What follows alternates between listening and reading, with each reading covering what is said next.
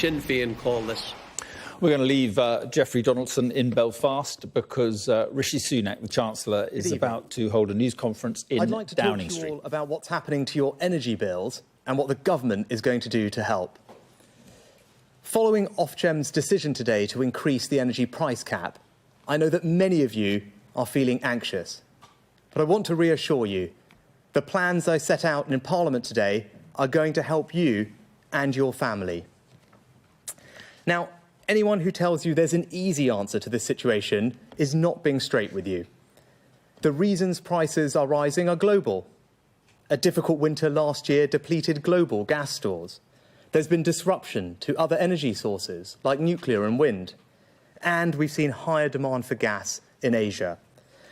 All those factors are outside of the government's control.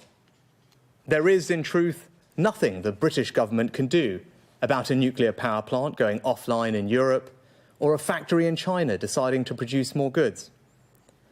But what we can do is take the sting out of the price shock as we and the world adjust to higher energy prices. Without government action, today's increase in the price cap would leave households needing to find, on average, an extra £693 this year. That is clearly a very significant sum. So, for the vast majority of families, the government is taking direct action to share the burden. Today, we're announcing an energy bills rebate worth £350. You'll receive that cash support through two different routes. First, all electricity customers will receive an upfront discount worth £200. That discount will then be automatically repaid from people's bills over the next 5 years in equal instalments of £40 a year, starting next April. This is the right way to support people while continuing with our responsible plans to reduce borrowing and debt. Second, we will pay a council tax rebate of £150 to all households in bands A to D, which covers around 4 out of every 5 households in England. The reason for doing this through the council tax system is because it's the quickest way to get monies to the families who most need it. If you're eligible, the rebate will be paid in April, and it won't need to be repaid. In total, we're helping the vast majority of families pay their energy bills with £350. Our plan is right. It is fair, and I hope it will help ease the anxiety that millions of people feel about rising energy costs by sharing the burden between us all. Thank you. I'd be very happy to take some questions, and I think first up, have we got Jonathan from the BBC? Jonathan, hi. Thank you, Chancellor. The support you've announced today is aimed at helping households this year. But industry experts expect high gas prices to persist. Isn't the reality that higher energy prices are here to stay and that you will have to come back with further support in future? If not, are you willing to rule that out at this point? And a follow-up, if I may, can I ask for your reaction to the resignation of the Prime Minister's head of policy, Munira Mirza, and whether you agree with her that he should apologise for his comments to Sir Keir Starmer about Jimmy Savile? Thanks, Jonathan. So taking a step back about energy prices, as I mentioned, the factors that are driving higher gas prices are global in nature, and I went through them in my statement, and I don't have a crystal ball as to what exactly the future holds. But I want to be honest with people, higher energy prices are something that we're going to have to adjust to in common with other countries around the world, and it would be wrong to pretend otherwise. But what we can do is slow that adjustment to make it more manageable for people's household budgets, and that's what our interventions do. You're right, energy bills may go up again in October. The rebate that I announced today, the £200 off all energy bills, that will kick in October, so it will actually help with that. But over time, we'll have to see what happens. As I said, this is something that we're going to have to get used to, but the interventions today will help that adjustment happen in better time. And with regard to the news about Munira, the first thing to say is, she was a valued colleague. I very much enjoyed working with her, and I'm sorry to see her leave government. I'll miss working with her. And with regard to the comments, being honest, I wouldn't have said it, and I'm glad that the Prime Minister clarified what he meant. Next, Robert, where are you? I'm here. Hi. Very good to see you. You've announced you're deploying something like £9 billion in total. Everybody will be helped a bit, but there's still going to be a price rise of 350 quid at least for everybody on average. Now, you know that it's the poorest third of people who are hurt most by these energy price rises. Why didn't you deploy that 9 billion and simply help the poorest third? If you believed in levelling up, surely that's what you would have done. And I do just want to quote a couple of lines from Munira Moza's resignation letter.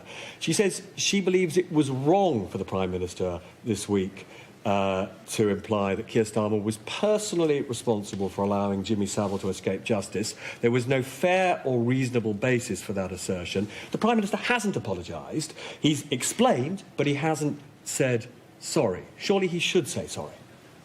Thanks, Robert. So on your first question, of course, there are choices that we have to make when we're designing a policy like this. My view was that the price rise is so significant that it's not just those families who are on benefits that are going to feel the pinch. It's actually middle-income families as well, families that are working hard, they're not on welfare, but this will be a significant increase for them. And I wanted to make sure that support we provided also went to those families. That's why we've decided to go to bands A to D, which is 4 out of every 5 households in England, very deliberately to help those families in the middle as well. So that's a deliberate choice. But if you look at what we're doing, because it's flat rate, it's a flat £200 and a flat £150, that obviously is going to mean more to a family on lower incomes or with lower energy bills. So in that sense, it is a progressive measure that will help those families more. And we have various other interventions that are also targeted at exactly the people that you rightly highlight. For example, the Warms Homes discount is a rebate that exists through energy bills. We've expanded that eligibility, or we're in the process of doing that, by a third. So that will then cover 3 million of our most vulnerable households. That's a £150 rebate.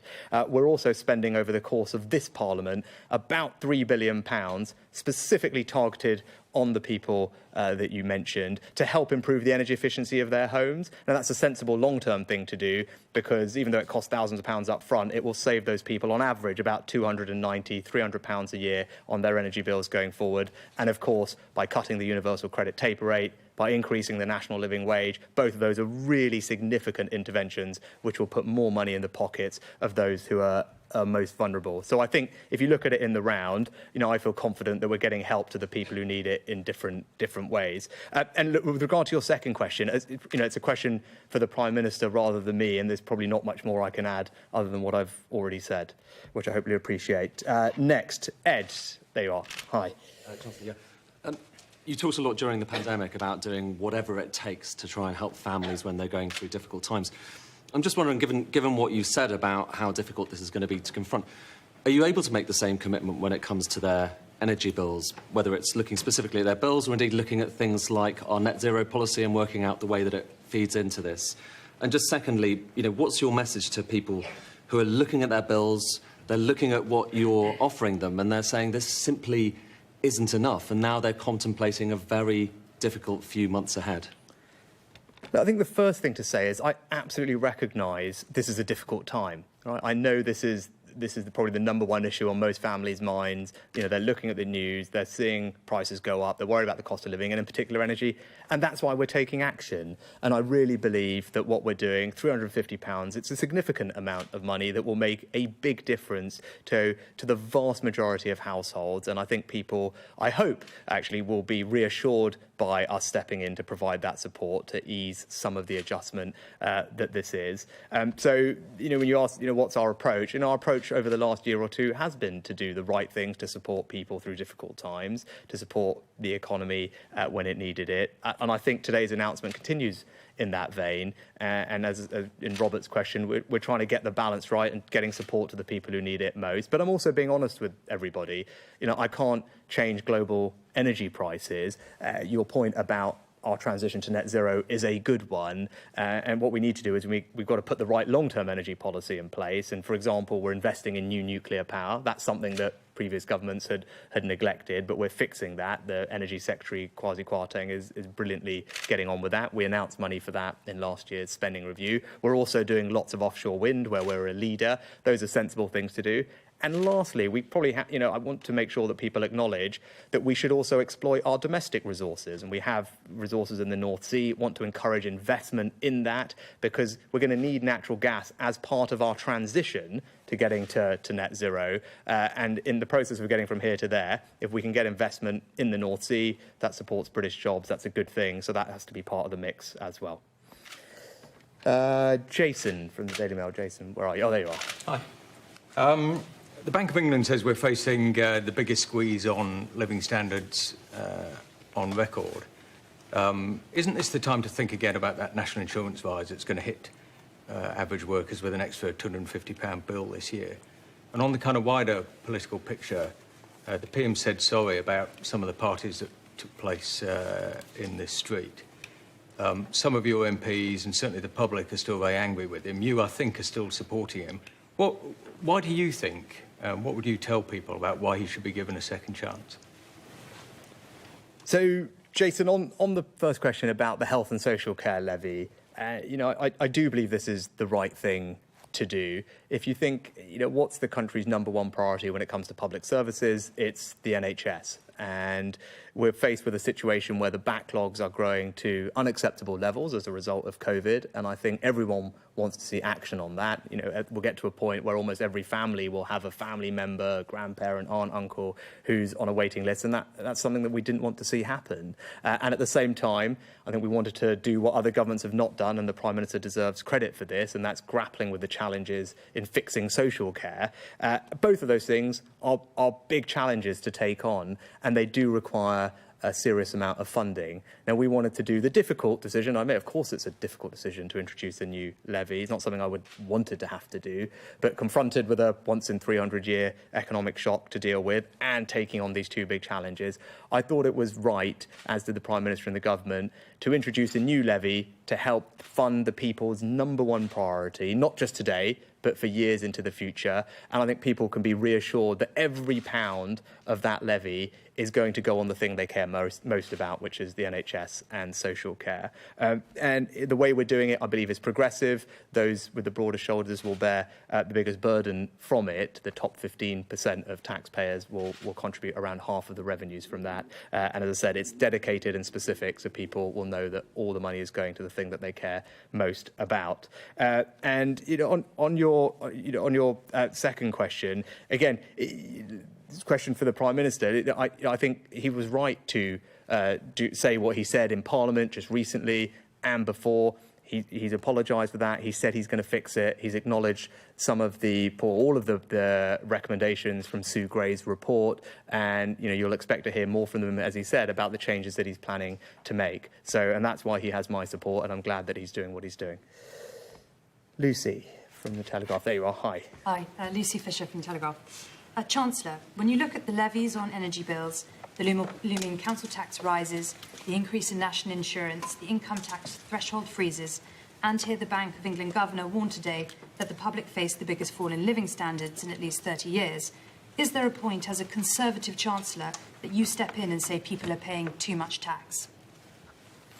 Well, Lucy, you're right to list some of them, or many of the challenges that people are facing, and I very much acknowledge that we are grappling with some of them. Families are grappling with those challenges. But I think you can point to some things on the other side of the ledger as well that are going to make a difference. Obviously, the announcements today, £350 for the vast majority of families, I think is a significant amount, and it will make a difference to people. The national living wage is going up by 6.6% in April to £9.50 an hour. That's quite a significant increase. lives. It's worth about £1,000 a year for someone earning the national living wage, as millions of people do.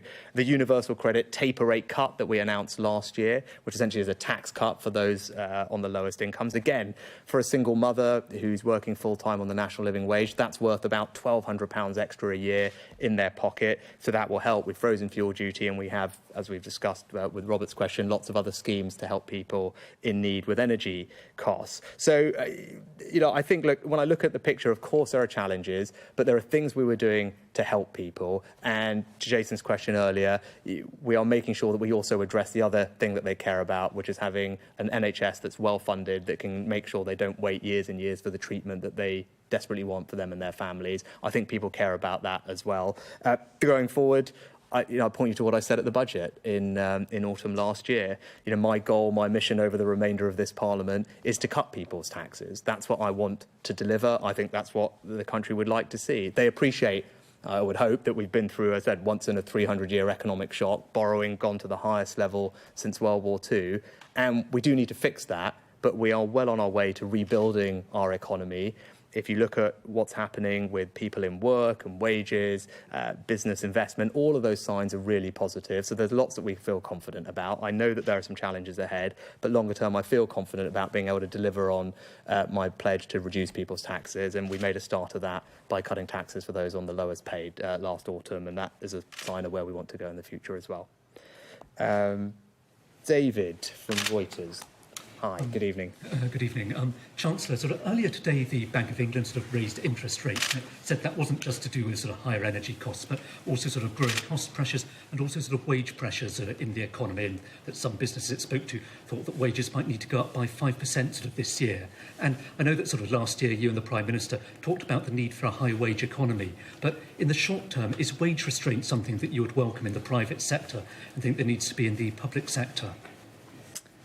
Well, David, obviously, monetary policy is independent for the Bank of England, so I'll leave Andrew and the governor to deal with that. With regard to wages, it's not my job to set wages in the private sector, right? And all I'd say is, yes, of course, I want a high wage economy. Who doesn't? The right way to get there is to drive up productivity, right? We want to make sure that those wages are a reflection of the fact that we are producing more, doing more, and the best way to get that productivity increase is to have businesses invest, and that's why we've got interventions like the super deduction, which is a very generous tax incentive for companies to invest. And we know companies are sitting on quite a bit of cash, and it'd be good for the economy if we can unlock that, get them investing. And that, if you look at all the surveys, whether it's the CBI, Deloitte, Ernst & Young, all of them point to business investment intentions being actually very high levels. So that's a promising sign for driving up growth and productivity if we can unlock investment. And then the other part of it is by investing in people, in their skills. And the spending review last year, we announced, I think, a £3.5 billion increase in the amount of money that we spend on skills. It's a 26% real increase. So it's almost unprecedented for a parliament to spend that much more on skills. But it's really important. So if you're an adult who doesn't have a level 3 qualification, for example, it's equivalent of an A level, and there are about 9 or 10 million adults in our country who don't, for the first time, actually, the government at any age that you are will fully fund you to get one of those qualifications. That cost about £3,000, but we know it will make an enormous difference to your chance of getting a job, or if you're in work, earning more as a result of those new skills you acquire. And that's just one of the many things we're doing. There's traineeships, apprenticeships, sector-based work academies, skill boot camps. All of these things are new interventions that will help people get the skills they need to get higher productivity, higher wage jobs. That's the right long-term approach for us to get there. Look, of course, it doesn't happen overnight, but I'm confident we're doing all the right things that put us on that path to getting there over time. Thomas from Business Insider. Thomas. Thanks, Chancellor. The plan to give energy rebates to households in certain council tax bands means 2.2 million of people on lowest incomes won't automatically benefit. Meanwhile, many of those in the highest household incomes will benefit. Do you accept it's a poorly targeted tax, basing it on property values from 30 years ago? And secondly, just to follow up, would you welcome a full apology from the Prime Minister regarding his comments to Keir Starmer earlier this week? So, Thomas, on your second question, I haven't got anything to add to what I've said to the previous answers. But on your first question, I probably don't accept that. Look, there's no perfect way when you design policy that has to work on this scale for it to be perfectly targeted, right? So there's no way to perfectly do it. I can't sit here and figure out the individual circumstances of all 28 million households that we're trying to get support to. So I accept that nothing is perfect. But to your point specifically about lower income households who happen to live in higher council tax bands, that is a reasonable question, and we have looked at that specifically, and that's why we've created a discretionary fund of about £150 million that will be given to local authorities specifically to help exactly those people. Now, by our estimates, there are around 300,000 people, actually. So, for example, who are on low income or on benefits, who happen to live in council tax bands higher than Band D. So we've actually given more than the money needed for them, so that there's a bit of extra cushion, so that local authorities can find those people and get them the support they need. I think that's very fair, but we've made a provision for that, as I said, through this discretionary fund. And other than that, I think the council tax system is a good way to deliver support. It's the only other part of our entire tax system that works on a household basis, and if you think about it, you pay energy bills as a household, so this is a way to think about people as a household, so that's sensible. And the other thing is it's quick. Right, lots of other things take a long time to figure out. For example, the rebate, that will kick in October because there's statutory consultations and operational things to work through. The council tax system is really fast. Councils do a brilliant job for us. The systems are set up so people will feel that £150 in April, and that's really good, I think, actually, and that's one of the benefits of using that system to do that. And I think I've got a bit of time to take a couple more if I'm being not hurried out. So I don't know who we've got here. Is Natasha here or not? Natasha, do you have a question? There you are. Hi. Yeah, sorry to press you on the Munira Mirza question. Do you think the Prime Minister should say sorry for his comments? Do you feel it would help to move on from the whole situation? Could I just ask you, some of your colleagues have said that you're, Labour light and unconservative. You're raising taxes and giving people money to pay their energy bills. Do you agree with them? Natesh, thanks. Look, so on your first question, again, I just have to repeat what I've said before. Obviously, that's for the Prime Minister to decide, but I'm glad he clarified what he meant earlier today. And as I said, I'll miss working with Munira. To your second question, look, for me, being a Conservative, part of that is about being responsible with people's money and being responsible with the public finances. That's really important to me. I think that's what people expect, quite frankly, from a Conservative government and from a Conservative Chancellor. I think I'd hope that people understand we were faced with an enormous shock, and that meant that borrowing skyrocketed up to levels that we haven't seen since World War II, and it's going to take us a little bit of time to fix that. But fixing it is the right thing to do. It's the responsible thing to do. It's not always easy to do these difficult things, but as long as I have this job, I'm going to try and do what I believe to be right in the long-term interests of the country. And actually, this energy situation is a good example of why it's important, because as I've made the case previously to you and others, that we need to have the resilience to respond to future shocks. And look, if you think in the last 10 years, we've had two supposedly once-in-a-century events. We had the financial crisis, which Robert spent every minute covering, and Ed and others. And then we had, obviously, coronavirus. They happened in the space of a decade. I was really fortunate that because my predecessors had taken some difficult decisions when they had this job, I was able to respond comprehensively and generously to support the country, families, businesses through that crisis.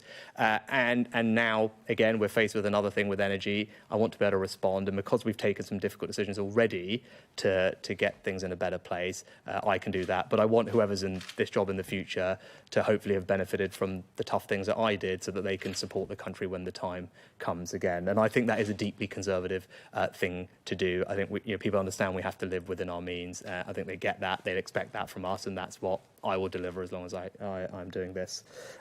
George, I saw you had your hand up. George Parker from the FT. You're seeing the analysts saying that they think it's possible the energy price cap could go up to as high as £2,400 in October. Could you exclude now the possibility you'll have to do even more in the autumn to help families? And just a second one, again, on Munira Mirza. You said you enjoyed working with her. I just wondered if you just say what you thought she brought to the government. Right. So on your first question, as I said before, there's global forces at play here that drive up gas prices at the moment, and I don't have a a crystal ball.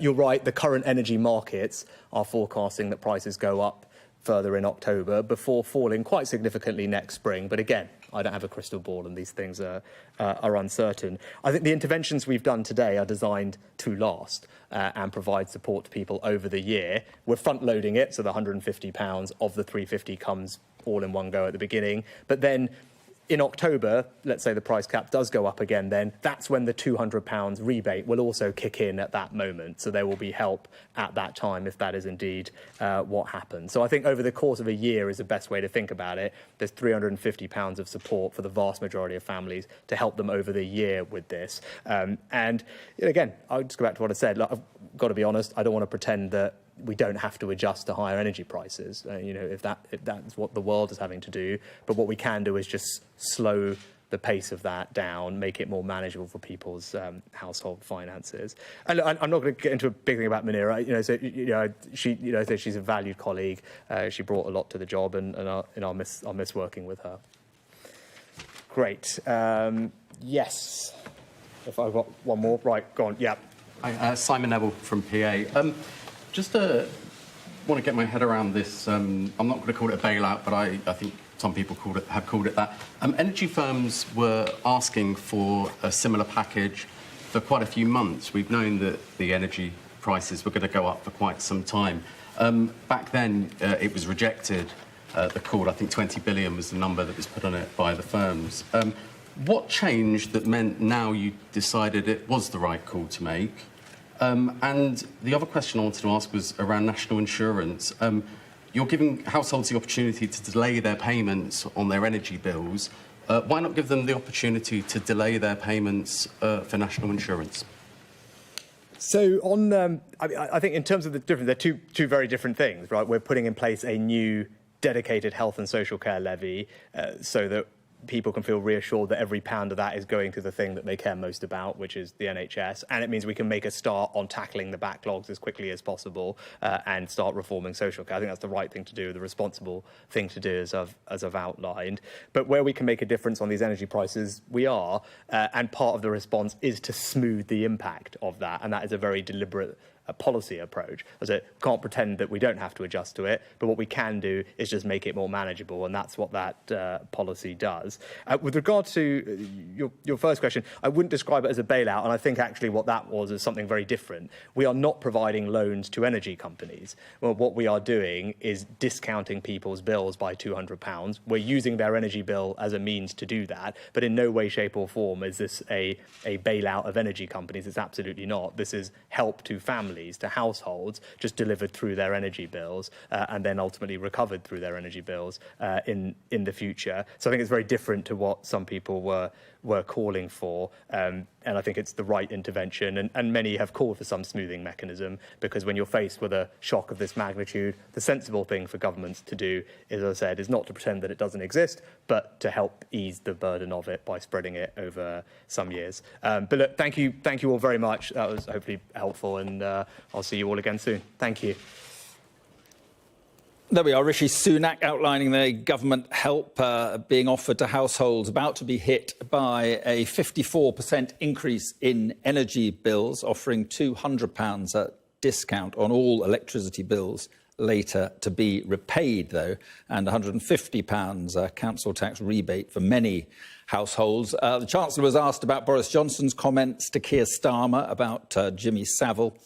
And he said, being honest, I would not have said it. But he went on to say he's glad that Boris Johnson had clarified the comments. And he said he generally supported Boris Johnson's response to the Sue Gray report. Our political editor, Beth Rigby, is in Westminster. And Beth, we'll talk about that in just a minute. I suppose on fuel, the question is, will it be seen as enough help and the right type of help? Well, Mark, there's a lot in that press conference. As you said, politically, there's a lot in there which we can come back to. But just on the thing that probably everyone is worrying about and thinking about, the issue about fuel bills and the rising cost of living. Fuel bills confirmed to rise today by nearly £700. And the government trying today to try and take some of the pressure off households, of lots of people struggling with this. They are going to take £200 off everyone's energy bills in October. You then repay that over 5 years, £40 a year, which Rishi Sunak was saying there he hoped would somehow ameliorate this big pressure, and then £150 off council tax bills for people in bands A to D, £3.5 billion of government spending. In total, £9 billion of government spending on this. But look, I think the key thing there for me listening was when Rishi Sunak, right at the top, was asked, well, come on, I mean, energy bills are going to carry on rising, aren't they, through the year and next year? And he said, yes, they are. We're going to have to adjust to this. And what we're trying to do is take a little bit of the pressure off. And just to put it into context, Mark, I mean, families are going to experience the biggest fall to earnings since records began in the early 1990s. Energy bills going up. You've got those tax rises coming in April. Inflation predicted to rise to 7.25%. That's just eye-watering, really, isn't it, in April? So it's going to be a very bumpy few months for many families trying to adjust and grapple with these huge rises to their costs of living and their weekly bills. Yeah, and just moving on to he was asked about Boris Johnson's comments to Keir Starmer about Jimmy Savile, which has led today to the resignation of a senior advisor, Munira Mirza. I just want to show viewers, first of all, what Munira Mirza said, and then we'll hear what Rishi Sunak said in response. But here's what Miss Mirza said. I believe it was wrong for you to imply this week that Keir Starmer was personally responsible for allowing Jimmy Savile to escape justice. There was no fair or reasonable basis for that assertion. This was not the usual cut and thrust of politics. It was an inappropriate and partisan reference to a horrendous case of child sex abuse. You tried to clarify your position today, but despite my urging, you did not apologise for the misleading impression you gave. And this is what Rishi Sunak had to say. First thing to say is, she was a valued colleague. I very much enjoyed working with her, and I'm sorry to see her leave government. I'll miss working with her. And with regard to the comments, being honest, I wouldn't have said it, and I'm glad that the Prime Minister clarified what he meant. So, Beth, I mean, being honest, I wouldn't have said it. Mark, let's unpack all of this a bit now.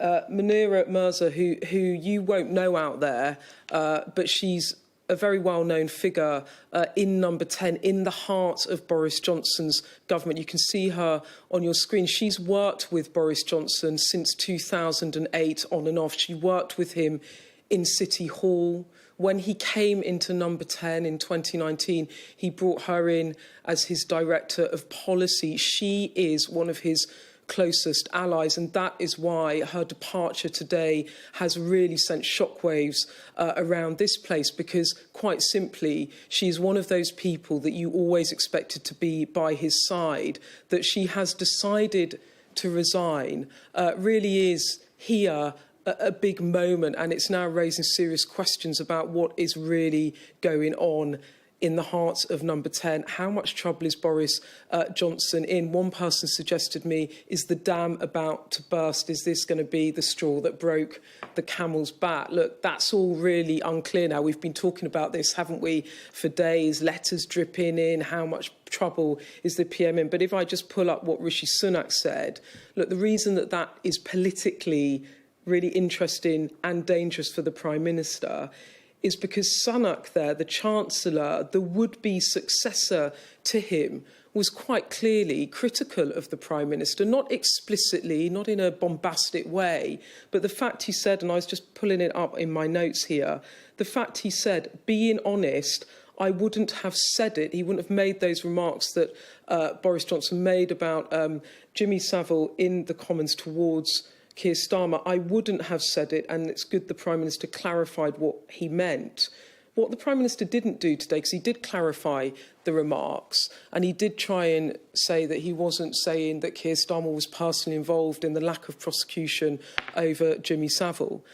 But what he didn't do was directly apologise, and that is why Ms Mirza resigned today, that she wanted an apology. And then when Rishi Sunak was asked 3 times, does he think the Prime Minister should apologise, he just kept saying, let me just get it, that's for the Prime Minister to decide, but I'm glad he's clarified today. What that is in political reading between the lines is the Chancellor just quite simply not backing the Prime Minister, putting distance between him, and I would say being quite critical of him. So that is very significant, because it suggests that we've seen this shock resignation, and now the Chancellor publicly saying what he's saying. Support is visibly draining away from the Prime Minister, his authority clearly under threat. And there have been many Cabinet Ministers that have come out and defended Boris Johnson around everything he said and anything he said. Rishi Sunak will not be that person, and it's because he has an eye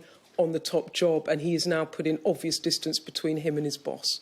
Beth, before you go, let's just have a listen to what you were talking about there, Boris Johnson's clarification on all this.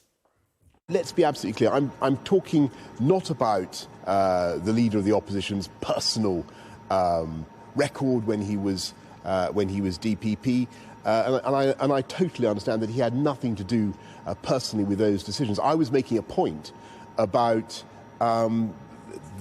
his responsibility for the organisation as a whole, and I think people can see that, and I really do want to clarify that, because it is important.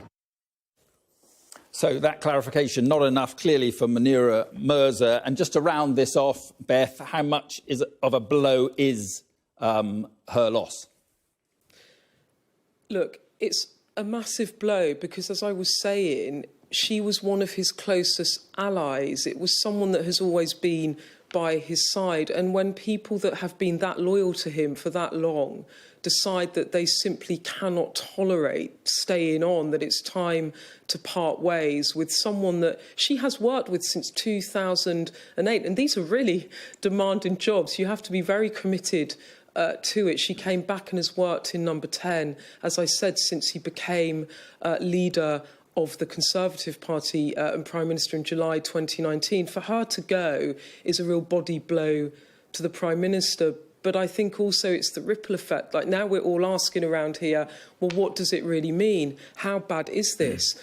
Is this, as I said, the dam breaking, and that actually the momentum really is now moving against Boris Johnson, and he can't shore up his leadership? And I don't have the answer. This is the question around here everyone's asking, but it is another damaging sign for him.